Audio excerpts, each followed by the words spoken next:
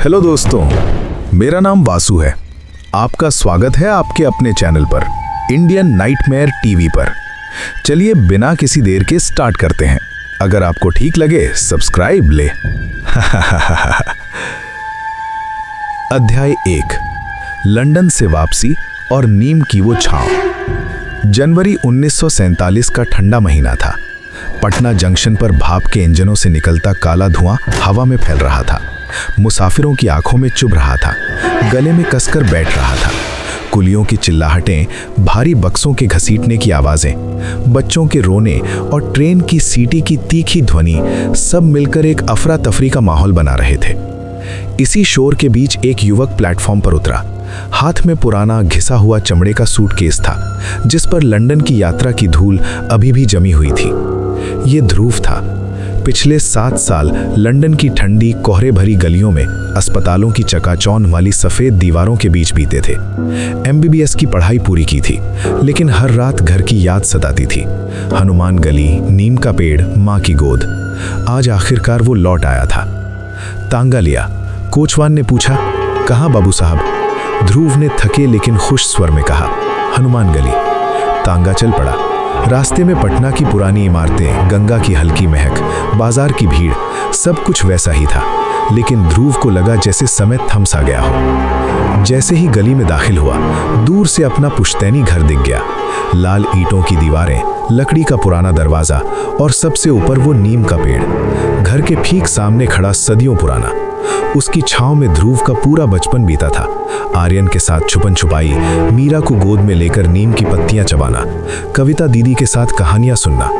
पेड़ की पत्तियां हवा में सरसराईं, जैसे स्वागत कर रही हों। घर पहुंचते ही खुशियों का शोर मच गया। दरवाजा खुला और परिवार बाहर आ गया। सभी 8 सदस्य, सब एक साथ। सबसे पहले दादाजी, पंडित विश्वनाथ, शास्त्रों के गहरे विद्वान, माथे पर हमेशा चंदन का तिलक, आंखों में ज्ञान की गहराई।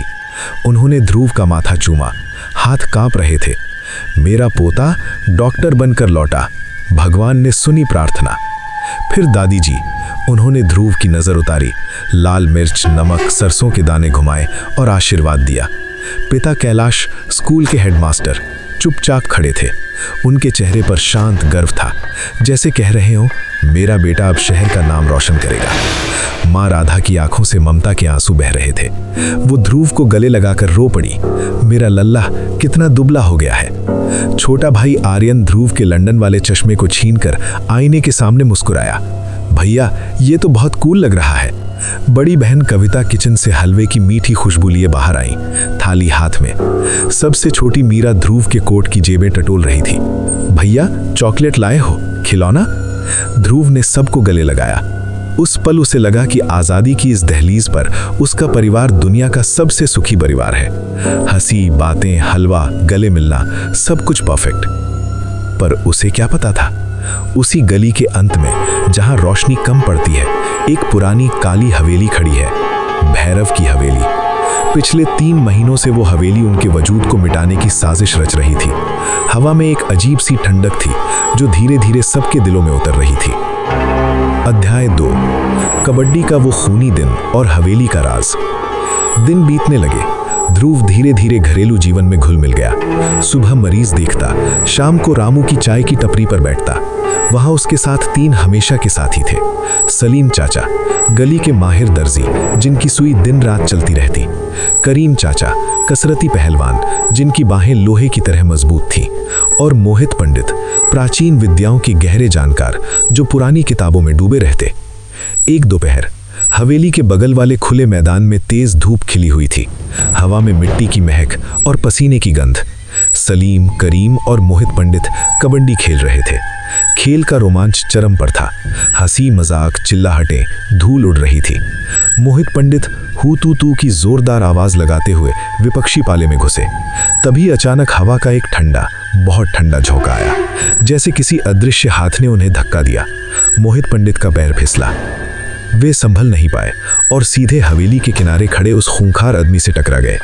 वो भैरव का सबसे बड़ा बेटा था, लंबा, काला, आंखें लाल, चेहरा पत्थर सा सख्त।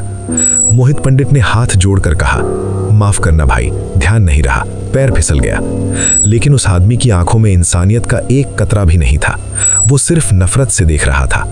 अचानक उसने अपना भारी लोहे से जड़ा बूट वाला पैर ऊपर उठाया और मोहित पंडित के पेट पर पूरी ताकत से लात मारी। धमाका सा हुआ। पंडित जी कई फीट दूर उछलकर जमीन पर गिरे। उनके मुंह से खून की एक लंबी लकीर निकली जो धूल में मिलकर लाल काली हो गई। बुढ़े, अपनी औकात में रह। उसकी आवाज इतनी गहरी और डरावनी थी जैसे कब्र से निकल रही हो। करीम पहलवान तुरंत दौड़े, उनका चेहरा गुस्से से लाल। उन्होंने उस आदमी का कॉलर पकड़ लिया। कौन है तू जो बुजुर्ग को हाथ लगाए? देखते ही देखते भयंकर झगड़ा शुरू हो गया। मुक्की, लातें, चीखें, भीड़ इकट्ठी हो गई। ध्रुव भी दौड़कर आया, भीड़ को चीरकर। उसी अफरा तफरी शोर शराबे के बीच ध्रुव की नजर हवेली के मुख्य द्वार पर पड़ी। दरवाजा थोड़ा सा खुला रह गया था। अंदर का मंजर, आंगन में गाढ़े लाल सिंदूर से बना एक विशाल डरावना वशीकरण का चिन्ह, बीच में जलती हुई काली अगरबत्तियां। भैरव और उसके बाकी बेटे उस चिन्ह के चारों ओर घेरे में बैठे थे। कोई काला अनुष्ठान चल रहा था, मंत्रों की गूंज, ढोल की थाप जैसी आवाजें। कोने में दो बुजुर्ग आदमी खड़े होकर खुसपुर पुसुर कर रहे थे। उनकी आवाज ध्रुव के कानों तक पहुंची। आज ये अनुष्ठान पुख्ता करना होगा, तभी हम ध्रुव के घर के उन 8 लोगों को और इन पड़ोसियों को मार सकेंगे। सलीम, करीम, मोहित, सबको खत्म करना होगा। बस 3 दिन और फिर ये सब मरेंगे, इनकी रूहें हमारी होंगी। ध्रुव के कान सुन्न हो गए, शरीर कांपने लगा, दिल की धड़कनें तेज। लंदन में मौत को देखा था, लेकिन ये मौत का ठंडा साया कुछ और था। वो पीछे हटा, लेकिन आंखें हवेली से नहीं हट रही थीं। अध्याय 3, देवगढ़ के बाबा और विजयनगर का सफर। मोहित पंडित की हालत तेजी से बिगड़ने लगी। रात को वे बिस्तर पर तड़पते, अजीब अजीब आवाजें निकालते, जैसे कोई और उनके मुंह से बोल रहा हो, नहीं, छोड़ दो मेरी रूह। सलीम चाचा ने ध्रुव का हाथ पकड़ा। उनकी आंखों में डर था। ध्रुव बेटा, अब और इंतजार नहीं, देवगढ़ चलना होगा। वहां एक बाबा है, तेरे दादाजी के पुराने दोस्त। वे इस बला के बारे में जरूर कुछ जानते होंगे। रात के गहरे अंधेरे में ध्रुव, सलीम और करीम देवगढ़ रवाना हुए। ट्रेन की खटखट, बाहर की काली रात, ठंडी हवा, सब कुछ डरावना लग रहा था। देवगढ़ पहुंचे। बाबा की छोटी सी कुटिया, अंदर धूप दीपक जल रहे थे। बाबा ने सब सुना। ध्रुव ने हवेली का मंजर विस्तार से बताया। बाबा की आंखें फट गईं, चेहरा पीला पड़ गया। ध्रुव, तुम उन्हें ऐसे नहीं हरा पाओगे।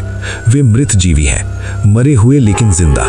उनकी शक्ति बहुत पुरानी और खतरनाक है। तुम्हें सलीम और करीम को लेकर तुरंत विजयनगर जाना होगा। भैरव ने मोहित पंडित की चेतना का एक हिस्सा अपनी तांत्रिक शक्ति से चुरा लिया है, क्योंकि मोहित जानते हैं कि इन सब को कैसे रोका जा सकता है। पहले मोहित को बचाना होगा, वरना सब खत्म हो जाएगा। बाबा ने एक पुराना रहस्यमयी तरीका बताया, मंत्र, जड़ी बूटियां और एक खास अनुष्ठान। ध्रुव, सलीम और करीम विजयनगर की उस शापित बावली पर पहुंचे। बावली पुरानी, काली, पानी में अंधेरा, हवा में सड़ंध और डर की महक। बड़ी मशक्कत की, जान की बाजी लगाई।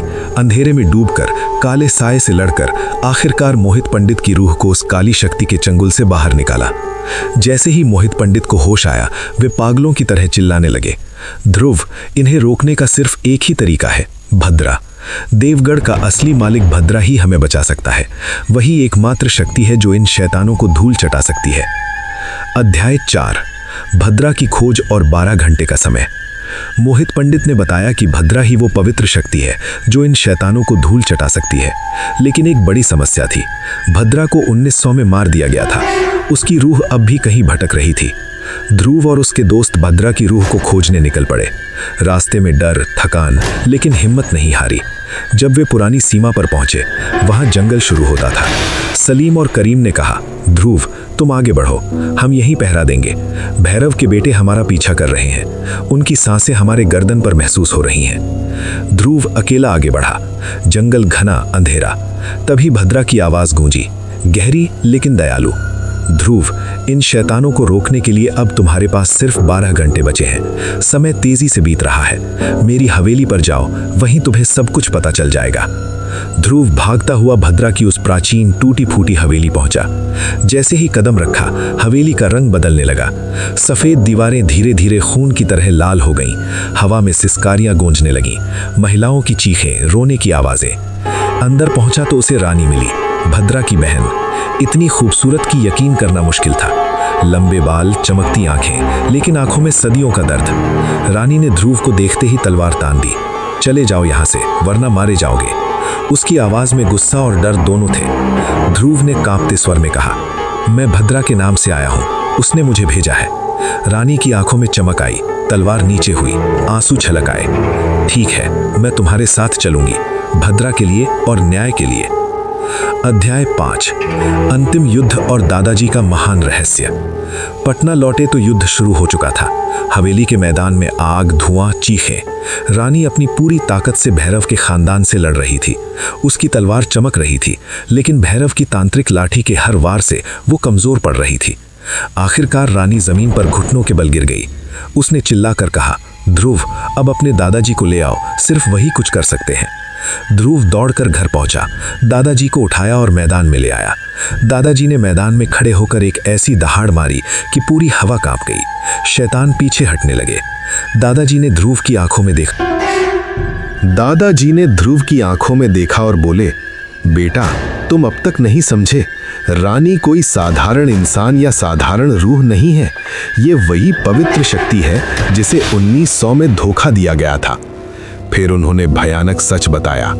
जब अंग्रेजों ने भैरव के खानदान के साथ गुप्त हाथ मिलाया तो उन्होंने रानी के पूरे खानदान को जहर देकर मार दिया, लेकिन रानी को नहीं छोड़ा। उन्होंने रानी को बांध कर रखा। 3 हफ्ते तक दिन रात अमानवीय टॉर्चर दिया, इज्जत लूटी, शरीर को जख्मी किया। चीखें सुनकर भी नहीं रुके। वो क्रूर था, वो दर्द आज भी मेरे सपनों में आता है। ध्रुव की आंखों में आंसू और गुस्सा एक साथ भर गया, सीना फट रहा था। दादाजी ने कहा, बेटा, इन दरिंदों को आज ही मरना होगा। तुम फिक्र मत करो, सलीम, करीम और मोहित पंडित को बुलाओ, अब हम सब साथ लड़ेंगे। अध्याय 6, शैतान का सर्वनाश। दादाजी ने मैदान में एक अभेद्य घेरा बनाया, मंत्र पढ़े, आग जलाई। ध्रुव, सलीम, करीम और मोहित पंडित की ऊर्जा को एक मंत्र से जोड़ दिया।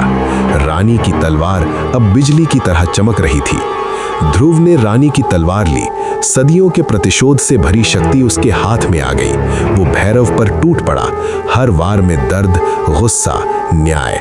आखिरकार ध्रुव ने भैरव की उस शैतानी लाठी, जो भद्रा की रीढ़ से बनी थी, जमीन पर पटक कर तोड़ दिया। जैसे ही लाठी टूटी, एक भयंकर धमाका हुआ।